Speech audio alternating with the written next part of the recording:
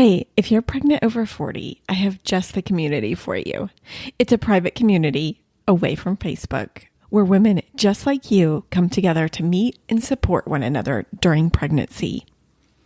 To sign up for the waitlist, go to over40fabulousandpregnant.com/waitlist and be the first to know when the membership is open. I can't wait to see you inside.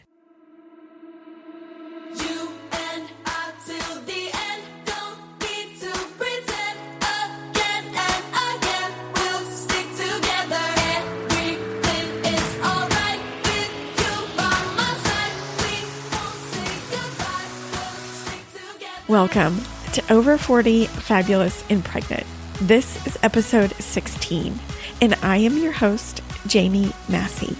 I want to help you have a fabulous pregnancy by celebrating and supporting your journey by sharing other women's pregnancy stories over 40.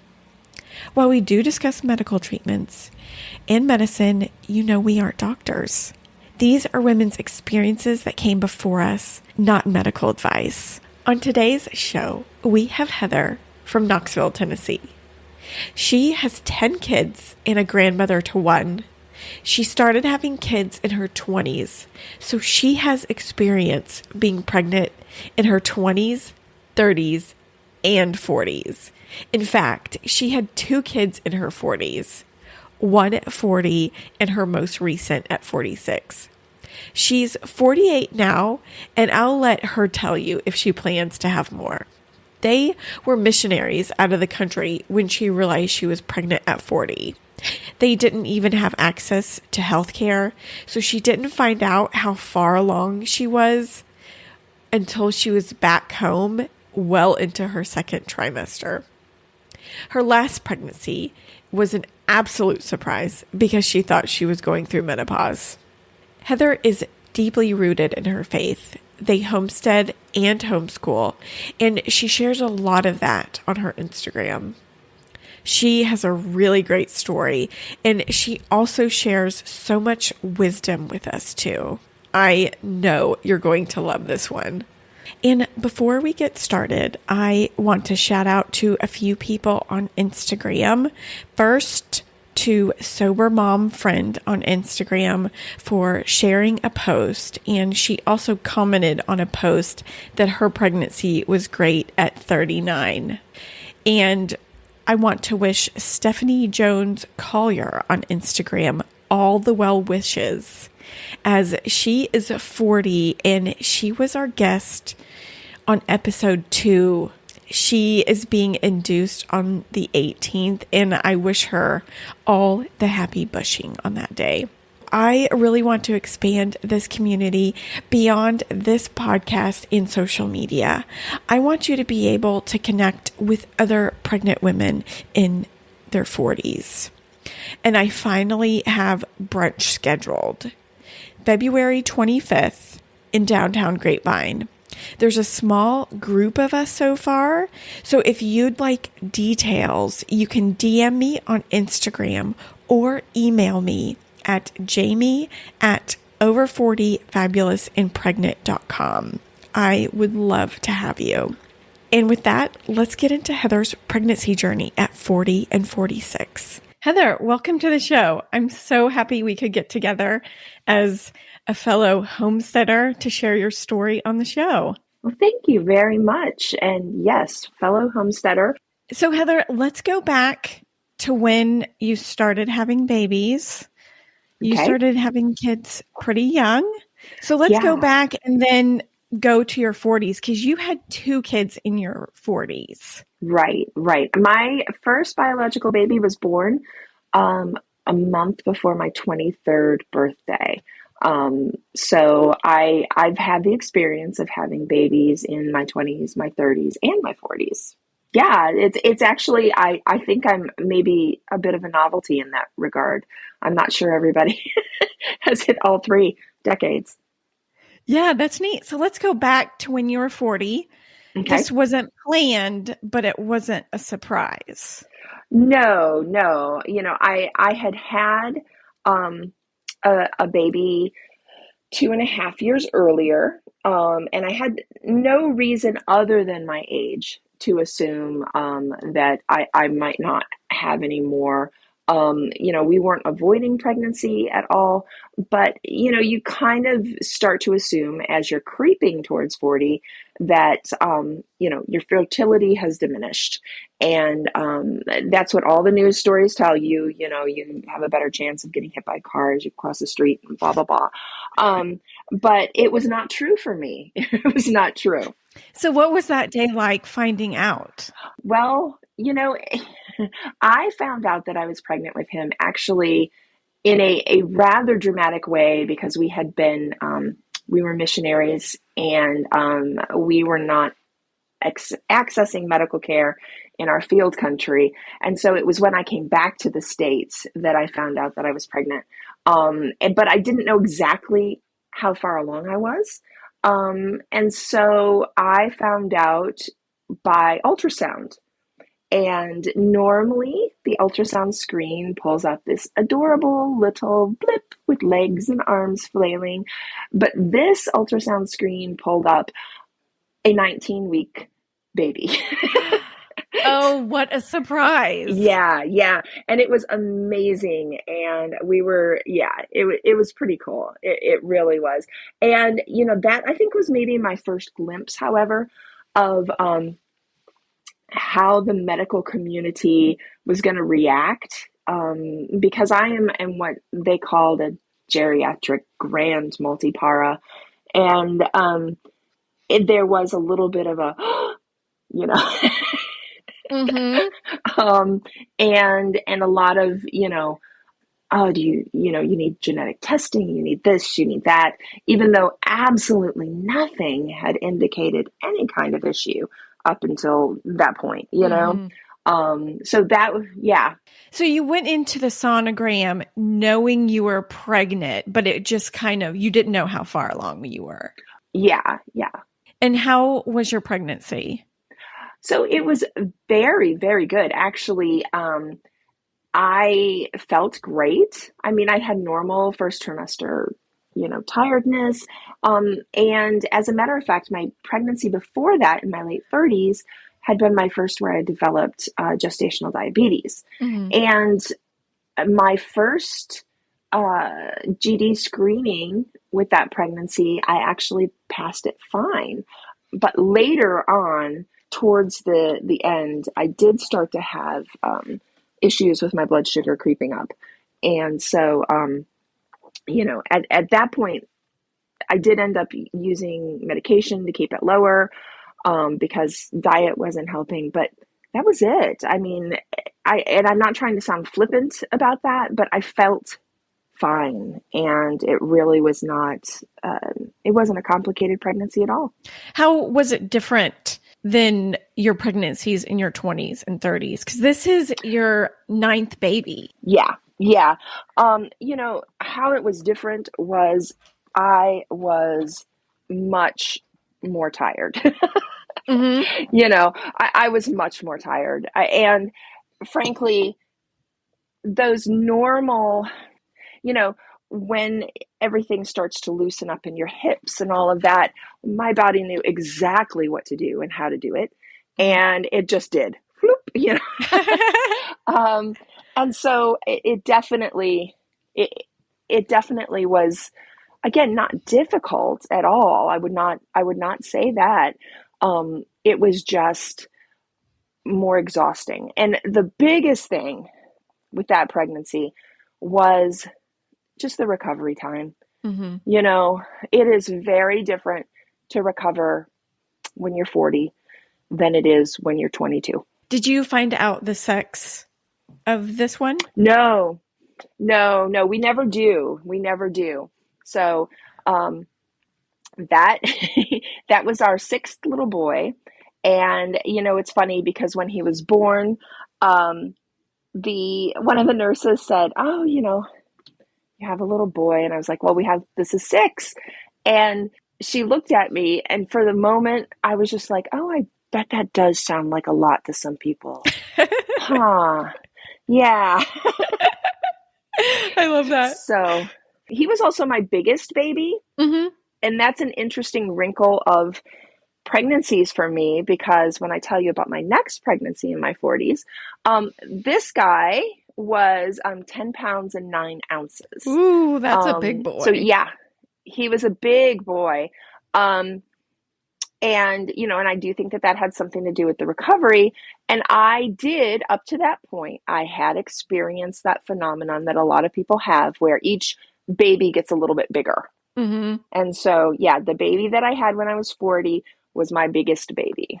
And what about products during your pregnancy? Was there anything that helped you during them that you would recommend?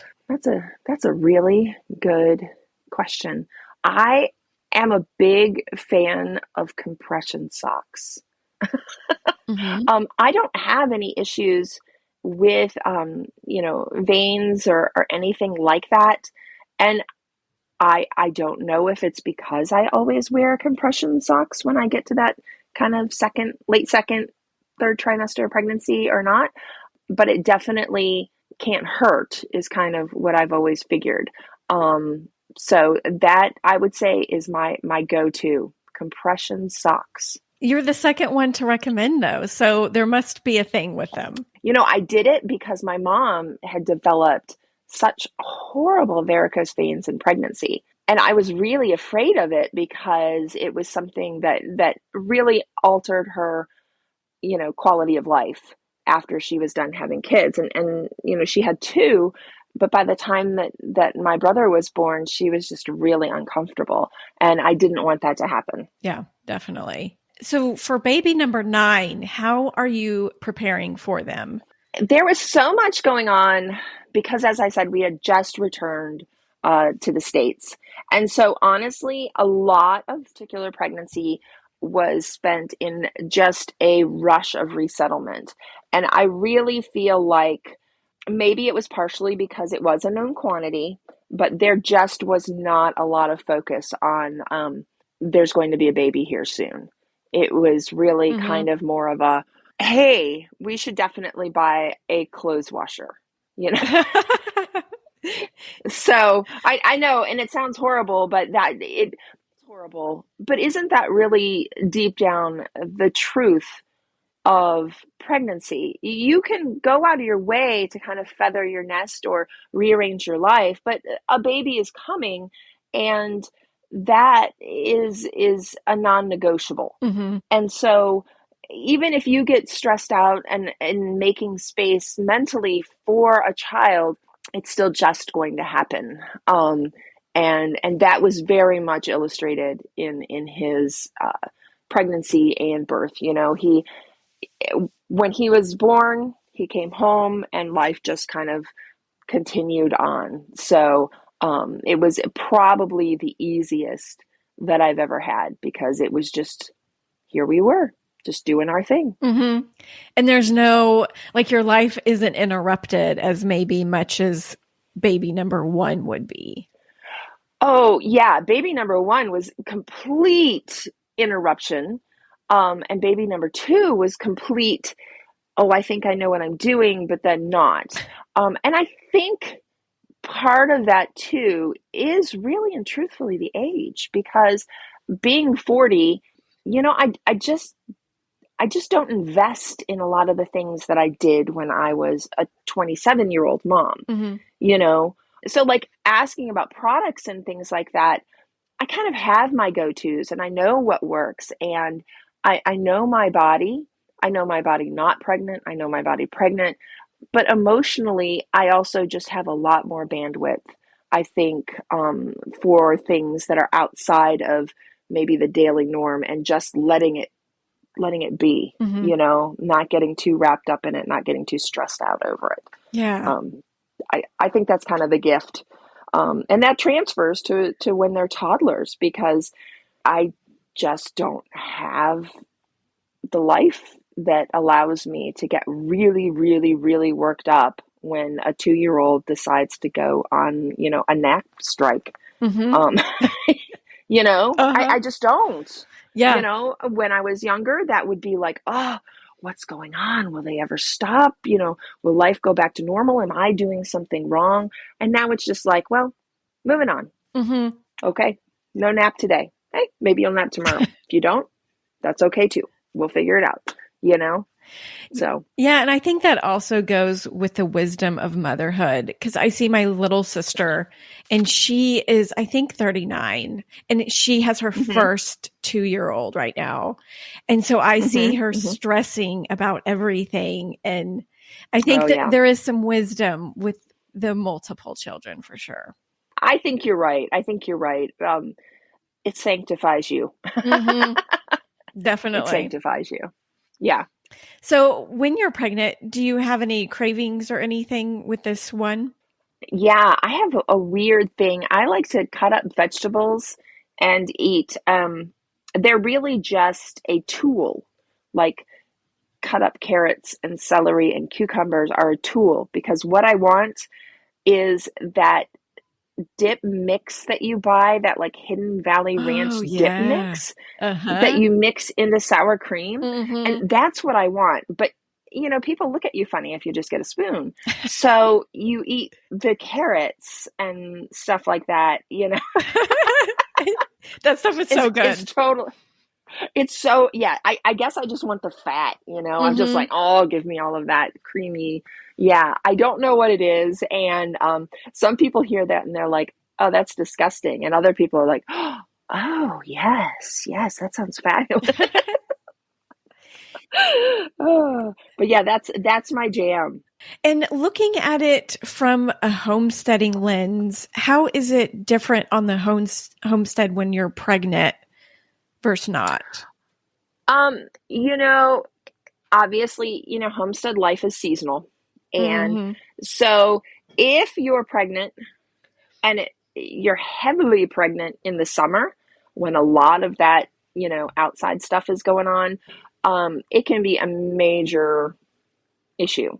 At least here, there's so much heat that I would not recommend someone who's 9 months pregnant to be outside weeding in East Tennessee in August. It's Hmm. just that is a sure trip to have to go and be checked because you're having contractions like crazy.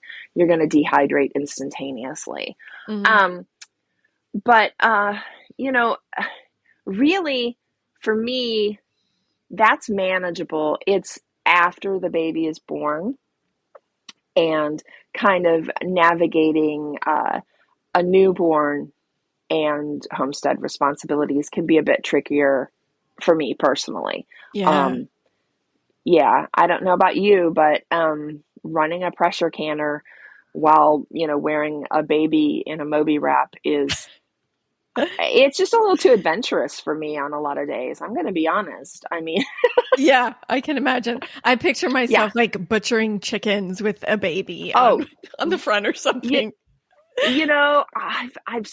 I've seen people do it, Hmm. and I've not had to because I do have some older kids that they'll either work the chickens you know, or I can hand a baby off to them. So it's easier for me because I do have helpers. Hmm. But yeah, I would not. It's enough for me that I've had experiences of my toddlers like poking at chicken innards with sticks. I mean, Hmm. that's good enough. That's good enough. So take us back to the day your birth started. How was that? So he was born by C-section. And he that was a planned C-section because Okay. my previous birth had been an emergency C-section. Mm. And so I mentioned his weight at birth. So my baby before him, just prior to him, his older brother, I had experienced a birth with shoulder dystocia, and so ended up having a emergency C-section, and they monitored this guy's growth via ultrasound, and we knew that he was going to be bigger. Hmm. We knew that I had gestational diabetes again, which does affect where that weight distributes. It usually makes for bigger shoulders, and so we opted to do a repeat C-section. And I don't regret that at all. Have total peace about it. And it was a lovely experience, actually, and much nicer than an emergency, I have to tell you. Um, Yeah. Your mind's um, already there. yeah, and honestly, you know, so my first births, to go back to my 20s, I was completely, I did the Bradley method. I was all about this whole natural birthing experience and didn't want any kind of intervention with anything. And I had those births and they were beautiful, and I'm so grateful for those opportunities. But at the same time, I got a baby out of my C-sections as well. Mm-hmm. And I don't regret it. I think it was perfectly lovely. I mean, I wouldn't call the emergency lovely, but it was fine for me. I was not, I didn't feel like I needed to be validated by a birth experience at that point. Sure. Um, so, so his birth it was just beautiful. We were laughing and having a good time. I know that sounds crazy. I always specifically ask that my husband be the person to announce the gender of the baby. And he was the one that was able to say, "Oh, it's a boy." And actually his words were, "It's a boy, a really big boy." And he was right. And it's so funny. We always go in with a short list of names, Mm-hmm. and we had two names picked out. And the minute I laid eyes on this child, I knew that neither of those fit. Um, and Mm-hmm. I immediately, I looked at him and I said, "I think his name is Jude." And my husband looked at him and he was like, "I think you're right." Was So Jude even on the radar at all? no, no, wasn't even on the list. Oh, Wasn't wow. even on the list. No, we ended up using one of the names as a middle name for him.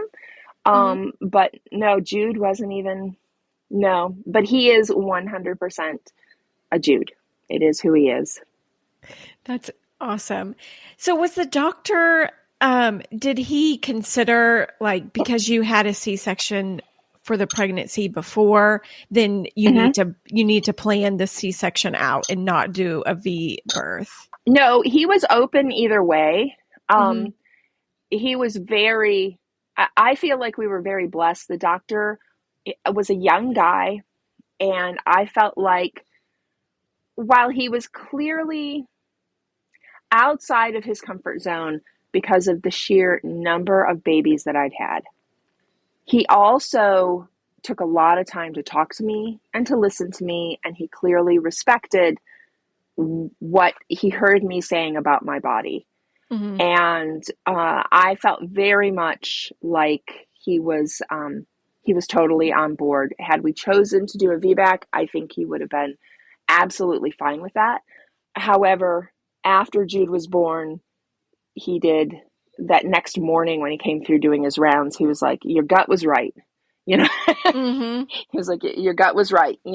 This was a good call, Mm-hmm. and it definitely was. And how was the recovery for this one? I was really tired for a long time. And I think that that was partially a second C-section, but more than anything, I do think that it was age, because I think that your body just takes a little bit longer, needs a little bit more TLC and a little bit more grace before you really get back up to speed. And I was aware of that, and I gave myself that grace. And we actually planned in advance for me to spend a whole week upstairs away from everybody with the baby. Mm-hmm. And if you can do that, I highly recommend it. It's a big ask for everybody else in the family, Mm-hmm. but it helped so much. I think it sped up my overall recovery time immensely. Mm-hmm. I can see that you're relaxing and your body's just taking all its time to focus on recovering. Yes.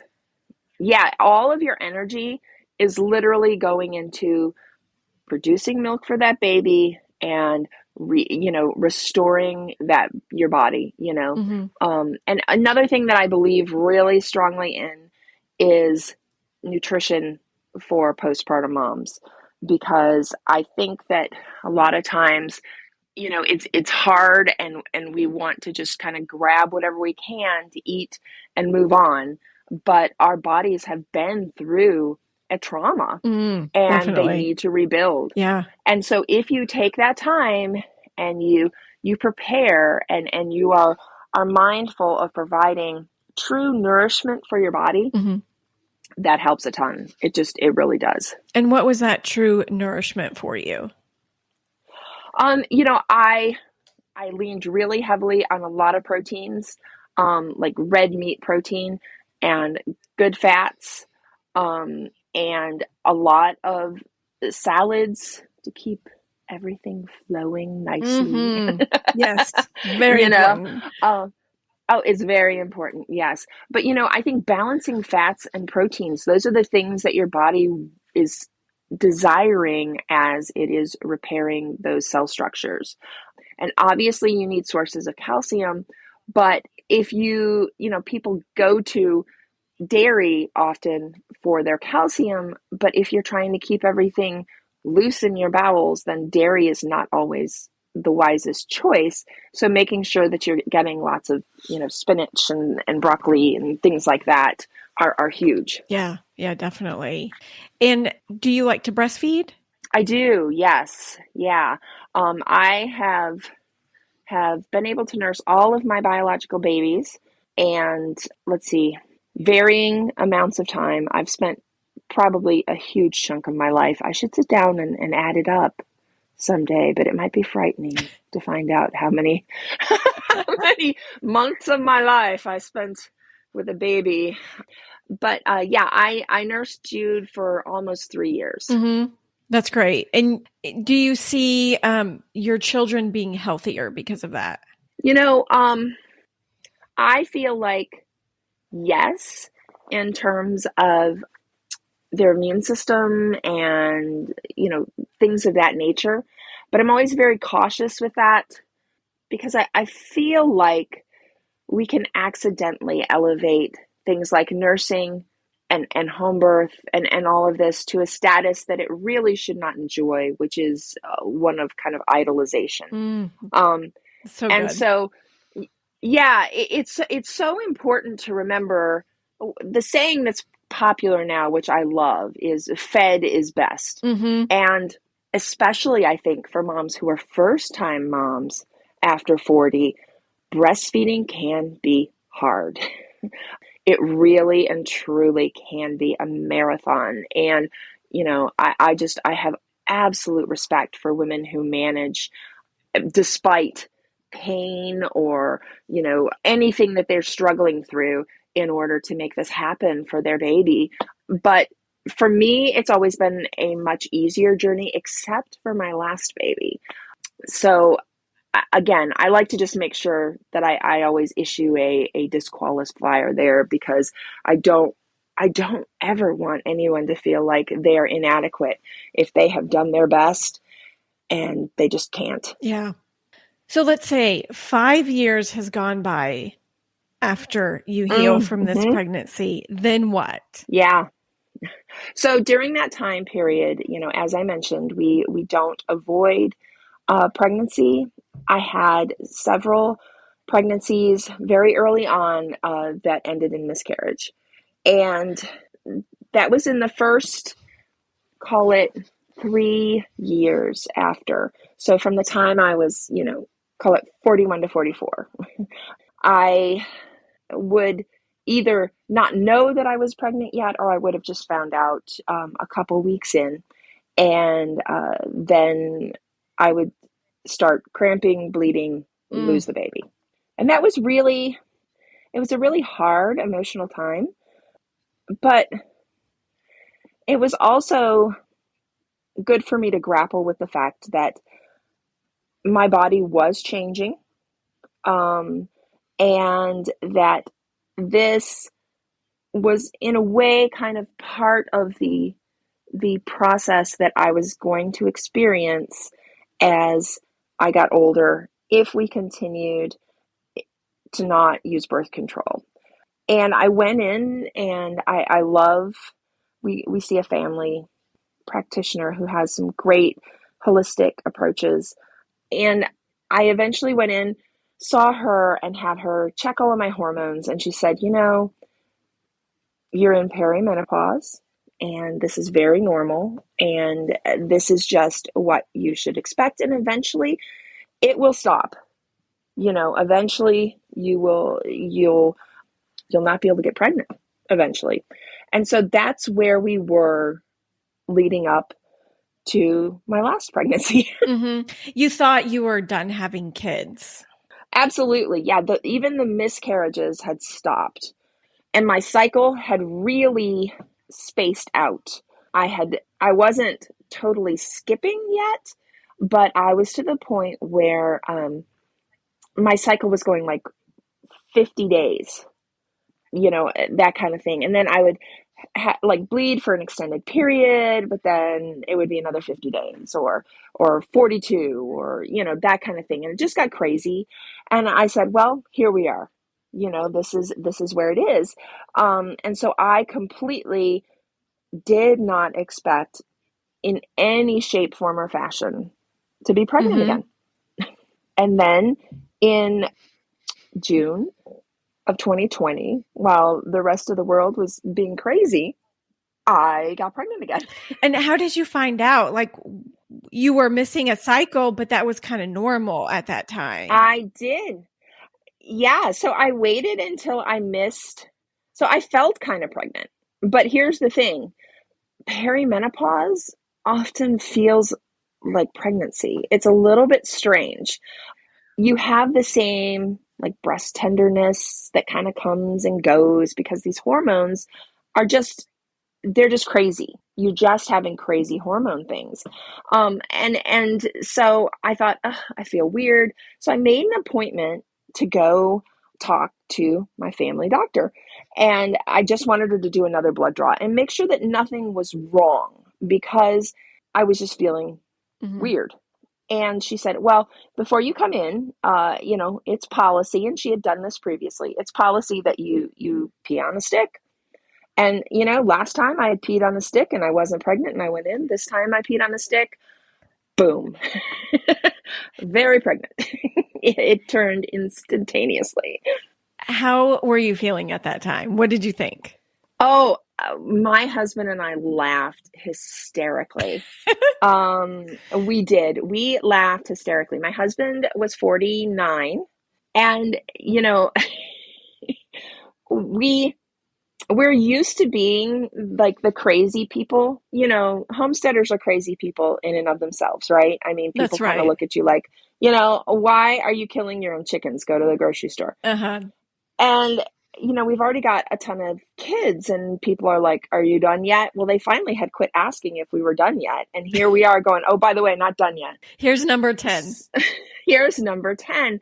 And, we laughed hysterically, and we weren't sure what would happen. I think this is important for me to remember. I kind of gloss over this in my mind.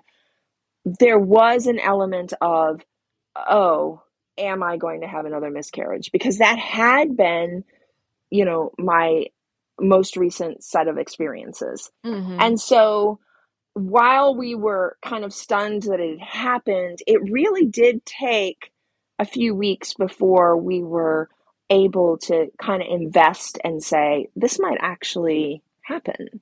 And like I said, I kind of gloss over that because she's here and it was fine. So, Mm-hmm. but yeah, we were tickled. We were delighted. Most people, when we told them, were also tickled and delighted. Again, remember, this is 2020 and there was so much bad going on. Mm-hmm. And we had so many people who were like, that makes me so happy and gives me such faith in the continuation of the world. Yeah. There really were only a handful of people that were like, are you kidding? Are you single-handedly trying to repopulate the earth? So we were grateful that they mostly kept their mouths shut. Yeah, there was so much fear at that time. I'm sure it was just Yeah. happiness in a time of darkness. It really, really was. Again, not just for us. It was amazing the number of people who really were just so delighted, and just they were like, I just can't wait to meet this baby, basically. That's beautiful. It really was. How was this pregnancy at 46? At 46, the main thing was, that first trimester, I can't sit down to read my kids a story or I'll fall asleep tiredness. That stayed the whole time. Wow. Yeah, I was so tired. I mean, I took a nap every single day. Wow. I really did, because I could not function. Yeah. And part of that was, I ended up sleeping so poorly at night that, I was just, I guess, not really getting the rest that I needed. But more than that, it's a hard work that your body is doing, making a human being. And my body was like, I am going to put all my energy there, but you're going to have to work with me a bit. So I napped every day. I felt mostly, I really had very few issues, except I did end up with a sciatic nerve issue right around like 25, 26 weeks, that I had to see a chiropractor, and he was able to adjust things, and I was just so much better after that. And once again, I did have gestational diabetes. Was it bigger than the previous one? No. This is kind of the funny, this is the anomaly in the matrix, we like to say. So the whole time I felt like the baby was huge, and I was really big.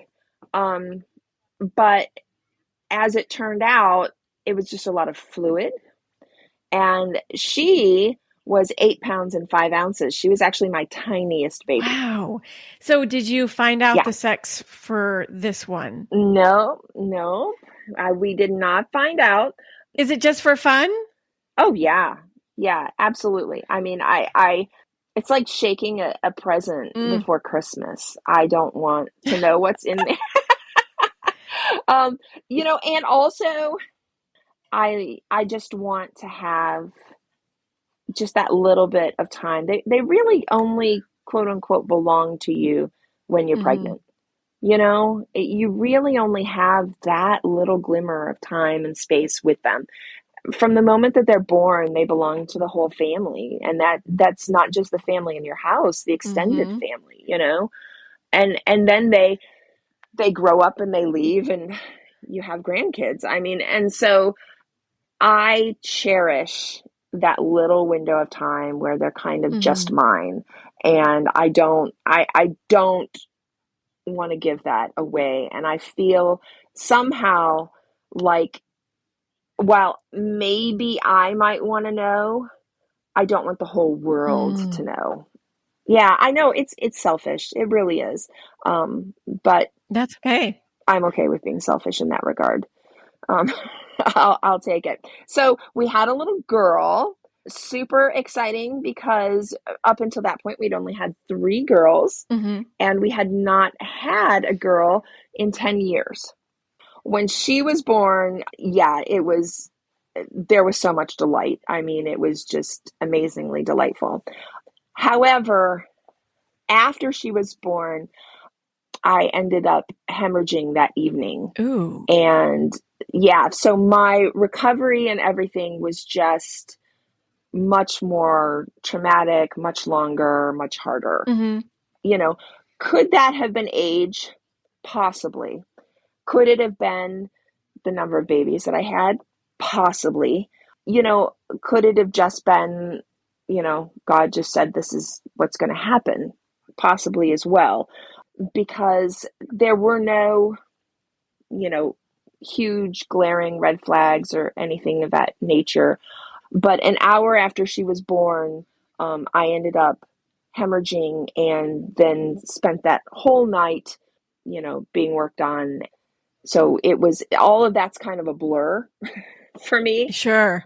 And I don't really have any memories much of being at the hospital with her at all. My oldest daughter came and stayed with us at the hospital as well after that, so that she could kind of be any assistance for us. And I am so grateful that we had her, because then, my husband could take care of me. She took care of the baby. Yeah, that's nice. Was this C-section, was it just uneventful? C-section was totally fine. Nothing, Mm-hmm. I mean, there was no indication whatsoever. Here's what I'll say about the C-section itself. The recovery from the C-section definitely was harder. This was my third C-section, and because of my age, they if you haven't had multiple C-sections, you wouldn't know, but they actually just keep cutting on the same scar area. And Ooh. yeah, and so what happens is, if you're young, your skin still has all of that great elasticity in it, and it will just knit Mm-hmm. itself right back together over it, and it's really not that big of a deal. And so that's why they've really gone back on the whole, like, you can't have more than 3 C-sections kind of rule, because most people, it's no big deal, truthfully. However, Mm-hmm. when you are 46 years old, your skin does not behave in the same way.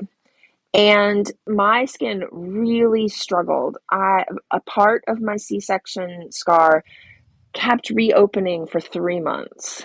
And yeah, Ugh. I finally had to have it cauterized. Wow. Yeah. So I would say to anybody who's having multiple C-sections in their 40s, take excellent, excellent, excellent care, and note the condition of your scar, multiple times a day.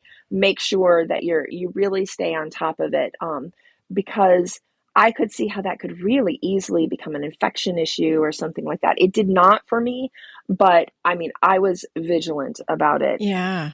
Did you get the same space you had with the other pregnancy alone, intending wise? I did. Yeah, Oh. I did. Except, with the caveat that my husband he was up here with me a lot more, because I just did not have the physical strength to do much during that recovery. Mm-hmm. So rather than changing a baby by myself, it was hey, somebody needs to come change the baby.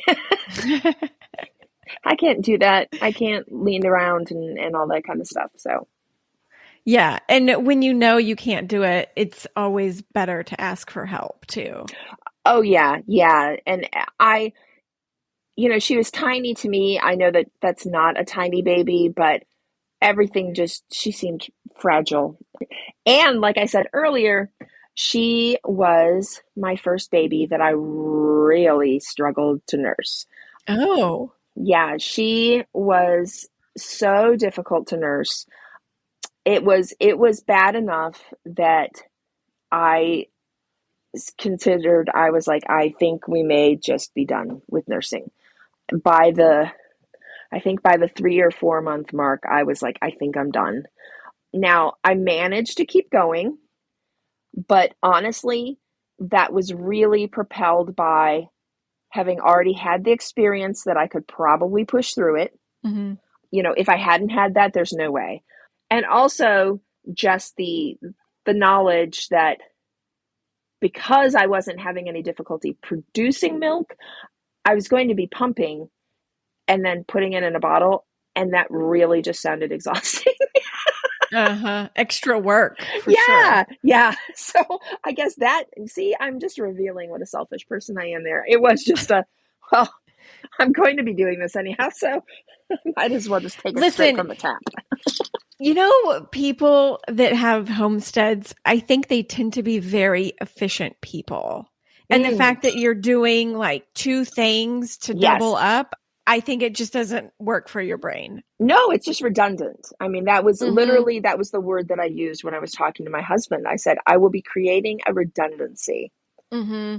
At that point, then I've got to wash the bottles. I've got to, keep up with the pump. I've got to make time to do the pumping. Mm-hmm. And it just, it didn't make any sense. So I pushed through. However, as I said, I nursed Jude for 3 years, and this little lady made it exactly 11 months.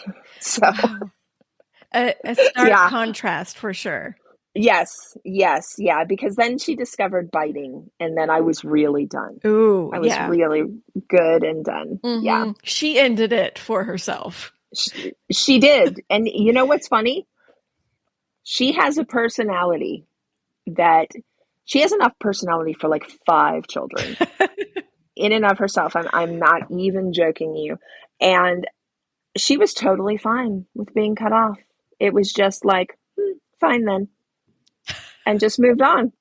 And that was that. So I don't feel like I've gutted her or anything, I mean, Mm-hmm. Mm-hmm. She ended it herself. She's fine. she's fine. She's Yeah. fine. That is just who she is. So, do you plan to have more kids? People do ask us this again after years of being the, oh, they must be done. Now people are like, are you planning on having more? So I'm 48, Mm-hmm. and I'm back in that perimenopausal Mm-hmm. cycle spot. Here's what I've learned. Perimenopause really doesn't mean anything. Um, it means that your hormones are doing weird things, but it definitely does not mean that you are infertile. So, could I get pregnant again? Yes. Am I planning on it? No. I would be just as shocked as the next person. My husband is now 51, and he may actually have pause with this, Uh-huh. I mean, he's a pretty accepting guy.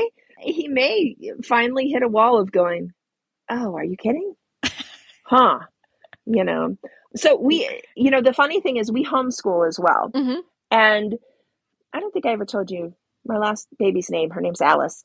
When Alice graduates from high school, I'll be 63. Mm-hmm. And the idea of being actual like retirement age when I'm graduating my last kid is a little humbling.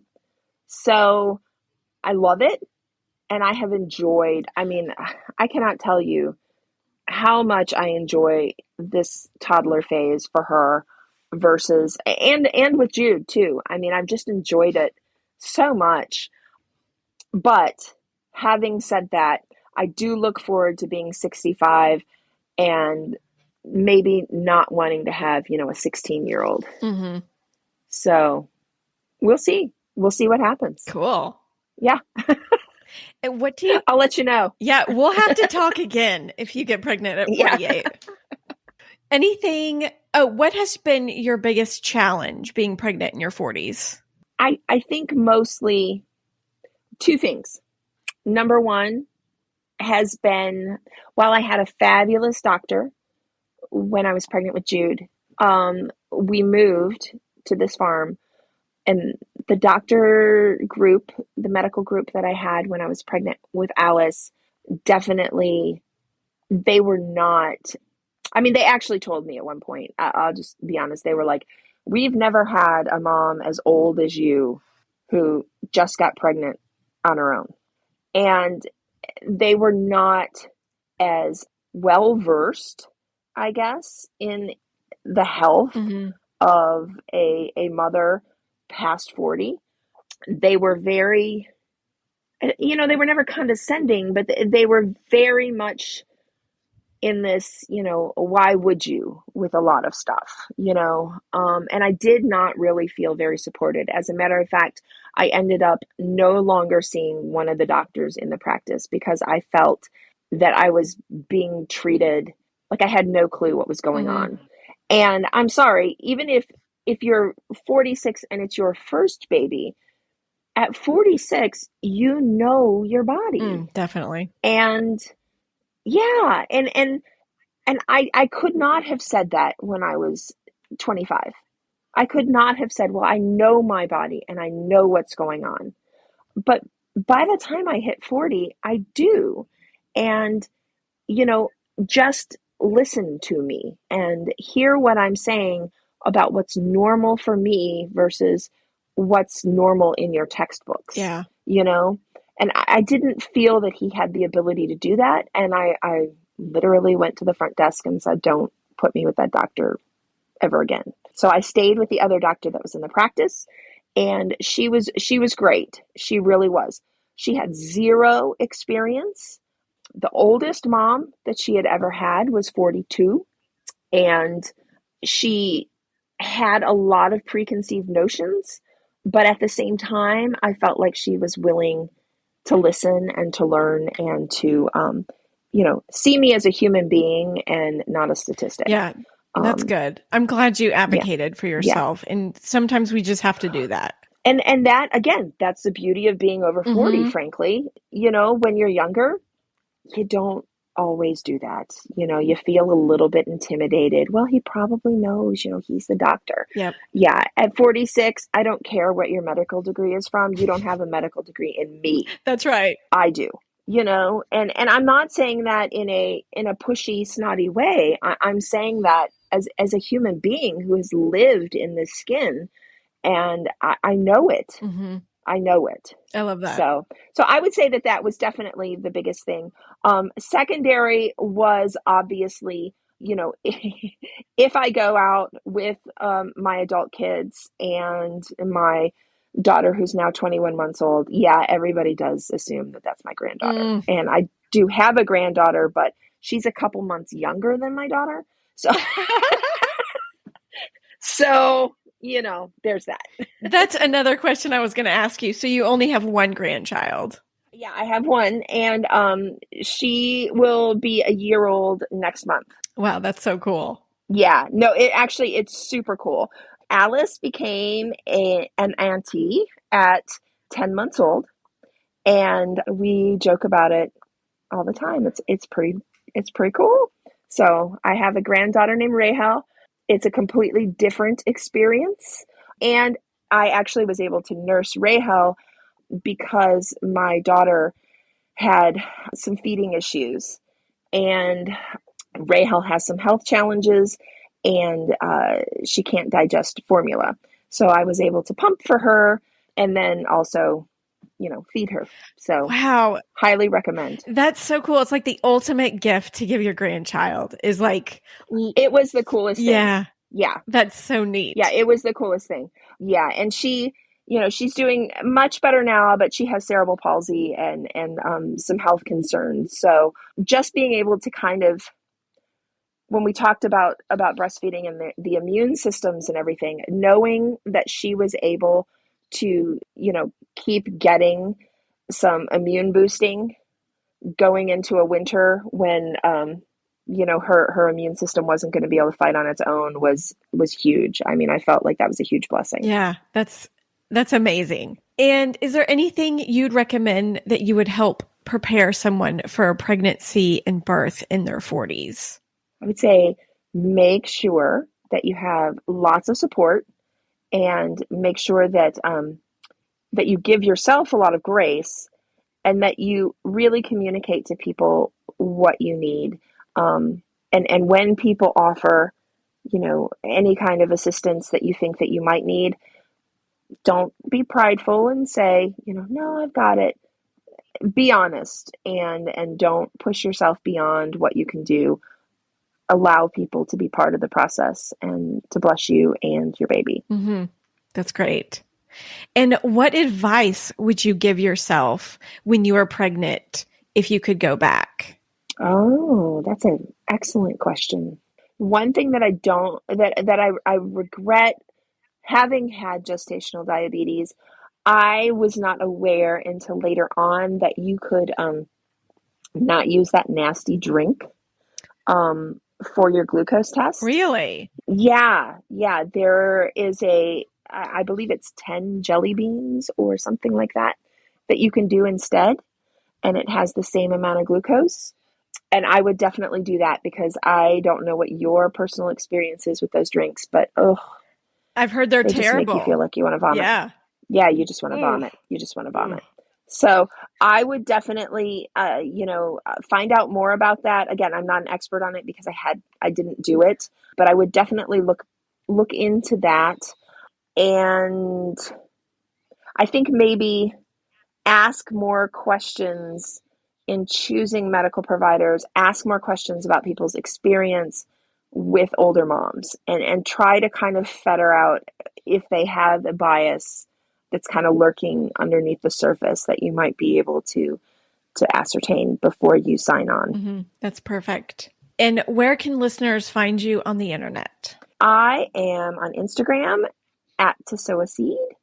And I also have a website that is tosowaseed.net, not com. Don't go there. Go to .net. Love it. Heather, thank you so much for coming on the show. I love talking with you today. Thank you. I have enjoyed it as well. It's always fun to talk about pregnancy and babies, isn't it? It is so fun.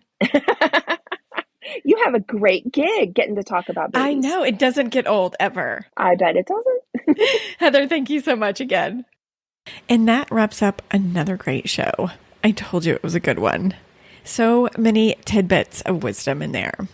And how fabulous was it that Heather was able to breastfeed her granddaughter? I thought that was so sweet. And on next week's show, we have Jennifer from Nashville on to share her story. She was 43 when she had her first daughter. Thank you so much for listening. I hope you have a great week, and I will see you next Monday. Bye.